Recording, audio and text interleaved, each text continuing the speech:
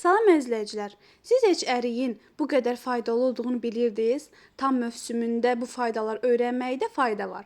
Elə isə videonu sona qədər izləyin və bu faydalı məlumatlardan siz də anında xəbərdar olun. Söhbət təbii, natural yetişdirilmiş, öz ağacda yetişən, yerli sort və dərmansız meyvədən gedir. Ərikdə A-dan tutmuş C, Y vitaminləri, beta-karotin, yod, maqni, dəmir, fosfor, pektinlər, turşular, natrium minerallarla zəngindir. Əriyin orqanizmə və müxtəlif xəstəliklərə ondan çox faydası vardır. Gəlin birlikdə öyrənək. Birincisi, sümük və oynaqlar üçün xeyli faydalıdır. O iltihabı azaldır, artrit və artroz, revmatizm kimi xəstəliklərdə çox effektivdir. O sümükləri bərkidir. Ürək və damar xəstəlikləri üçün ərikdə olan kalium damarların tonusunu yaxşılaşdırır, yüksək təzyiqi aşağı salır, dəmir isə hemoqlobini artırır, beləliklə ürəyin içi yaxşılaşır. Beyin və sinirlər üçün faydalıdır. Ərikdə fosfor beyni aktivləşdirir, yaddaşı gücləndirir. O gözə də faydalıdır. Ərik və ərik qurusu görməni artırır, göz, sinir və damarlarını qidalandırır. O ağciyərləri təmizləyir, iltihab əleyhinə, bronx genişləndirici xəstəsi ilə bronxitin və astmanın müalicəsində istifadə olunur.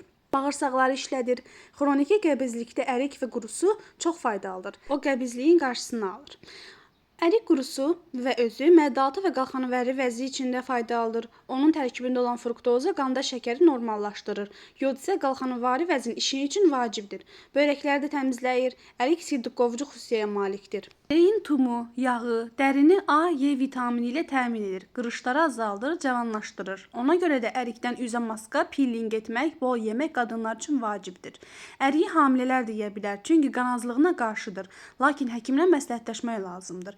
Əriyin faydaları olduğu kimi ziyanları da vardır. Bu kimlərə olmaz? Mədə şirəsi, turşuluğu, yanması və qastriti olanlara, insulindən asılı diabetlərə az miqdarda olar.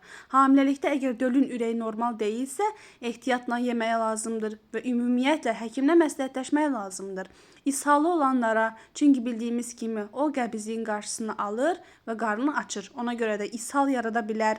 Video sizə faydalı oldusa kanalıma abunə olmağı, videoları bəyənməyi unutmayın. Özünüzə yaxşı baxın. Sağlam qalın.